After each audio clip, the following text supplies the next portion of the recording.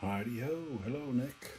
So, give the results of the Axis Turn 2 of the Axis Empires Deluxe Edition to Krieg Barbarossa scenario. Got to. I made a few changes. I know, like as the Russians, I was pulling down. Like I pulled from the Finnish frontier and pulling down, and I thought, I don't know, that's a little gamey. So at least I'm gonna. I kind of retroactively put it back. I still broke down, leaving a step there to just kind of hold that, and then had this guy go up to Murmansk so that. I don't know, not that it matters, but these guys still come down. One thing I did do, which I tell you, I just like the brain, but like when, like for instance, I think what I did was, I had like a two-step unit, and I just kind of like took him off the map and then replaced him with two one-step units, and that's not the way you do it. You have to flip the two-step over to a one-step and then add a one-step. So I traced down the counters that I had done for those. Not that it matters, but just for sake of correctness. So, anyways, German turn. Finland was kind of an afterthought. I just moved the guy there just in case we want to get frisky, which we probably don't. We want to just probably defend against that. So here's the scale of things at the moment. So, pretty much showed me that I really need to learn to see these the places I should be attacking, to really punch through, cause some retreat issues. Start down here. So we did attack that one Russian unit that was cut off and got rid of him. No losses with that. Put our air down here, which maybe had been a mistake, but the Russians did have like a whole little salient here, so I thought, anywhere we attack, we'll have that air. Well, I made an attack in this hex to begin with, and got a retreat, and they couldn't retreat into the hex with the Air Force unit, so they ended up taking this way into here, and then there was elimination, or an attrition, so they really didn't. They would have had one regardless. It wasn't like the retreat hurt them other than collapse their front. However, I had a stack here that was going to attack, so that kind of wasted that. Had the armor attacking into, I feel like it was here. Oh no, it was into here. And it kind of stalled, supported by an HQ, which the HQ had to take the loss because a force that had an HQ assisting in it, the HQ has to take the losses before it can actually retreat. So it kind of stalled there, and then the next regular combat phase, not the blitz segment, they were able to attack into there and take that, but not as monstrous as I would hope over here. By the way, this is the multinational HQ. We used a Hungarian unit to make that. They assisted in this attack, and so they're making their way to the front. During reserve movement, we kind of had the Romanians move back down. We got this three-step armor unit, which had been coming this way, combined, and was able to get out of Romania before the end of the turn, so that didn't cause an internment type issue.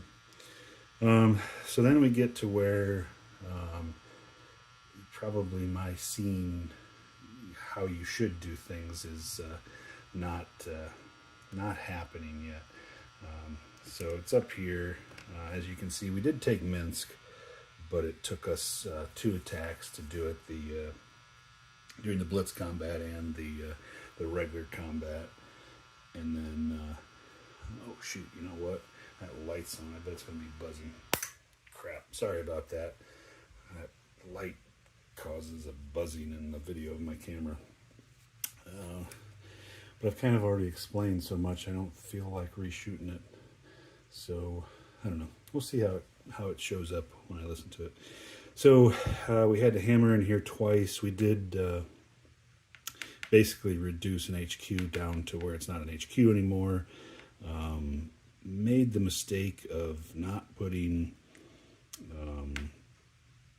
the blitz marker in Minsk, which would have made it an open city, and instead of taking a attrition loss there as part of the first combat, they would have had to retreat out.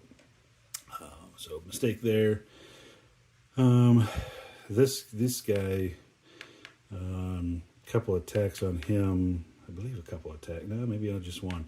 But I think there actually was an attack into here also. But anyways, cleared out the Russians from over here. Caused a step loss in a combat there. So we're expanding the attack frontage, but we've only got one more turn of having the 3 blitz markers, and once we get into that next seasonal phase, it's going to be mud. So I feel like as the Axis player, I've probably already lost, but we'll continue the exercise, see if I can salvage something.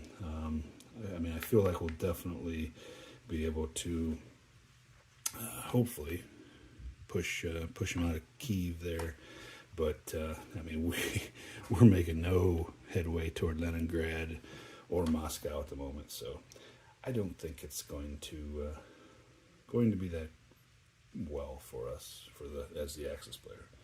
But anyways, that's turn 2 for the Axis, and we'll check back after we do the Russian turn. See ya. Okay, here we are. Completion of the Russian turn.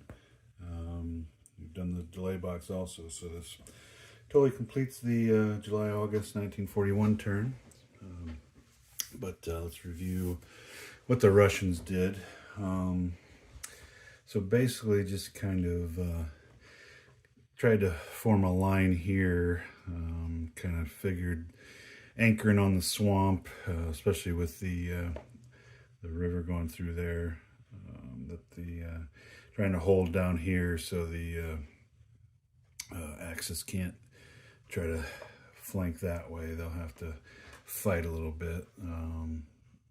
Have 2-step infantry in there joined by a single step, double or 2-step in there, and I think 2 1-steps in here.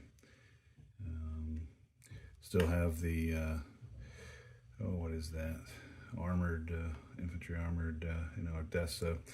We've got with reinforcements coming in. We've got these guys set to be able to flip that cav into an armored cav unit next turn. Reconstituted an HQ, have it moved back here to support the front, and then here in Kyiv, got one of those armored cav units we were able to make during the reorg phase, and had a couple replacements come in at the end of the turn to try to hold out there. Let's see, so then up north here, another one of those armored cav units that came into being. They flanked around that side to try to cordon off that area. Got a 1-step cav unit here. It won't be able to be overrun because it's got a terrain shift. Reconstituted a HQ that we lost, and it's hanging out here in Smolensk with a couple replacements that came in the end of the turn. These are just 2 1-steppers trying to I don't know, just kind of give some kind of defense here. I don't know. As the Russian player, I feel, I don't know, maybe it's because I know that my Axis player side is kind of a dope and doesn't have a whole lot of ideas on how to break through here. But I mean, looking at it, I mean, it seems kind of porous, but both of them. But I don't know. I mean, I guess my thoughts would be the Axis will probably just try to blow up Kyiv, and they'll probably be able to do it, but didn't really have many options. I had one assault marker as the Russian player, put it there, and I had a thought of attacking this guy, but with the HQ bonus and the Air Force bonus, best I could do, I think, was like 3-2 odds, which could have done something, but also could have done something bad. And I didn't really want to take a loss for a bungled attack, so we kind of ignored that. But yeah, nothing going on up there in Finland. Had a thought of breaking down the guy just off camera here and bringing one of the steps back, but the Finns, they do have 4 attack power there, so I just want to dissuade them from getting frisky at all, and that's pretty much it. The end of turn delay rolls. The Germans had 2 air units. One comes back the very next turn, which I've already advanced the turn marker, so it's already in the support unit spot, and the other one went past the end of the scenario, so it won't be seen again. So that's kind of a big problem for the Axis, and even bigger problem is the Russians have have an air force that came in, and then they got their interceptor back, so they'll be able to interdict that placement of the Axis air, and even have an air force of their own to use. So that's going to be an interesting thing. The Germans might just have to hold the air force as a deterrent to the Russians using the air force. I believe, let's see, do they get one? They'll get one the next turn. And then if they, I don't know. Yeah, I just don't know.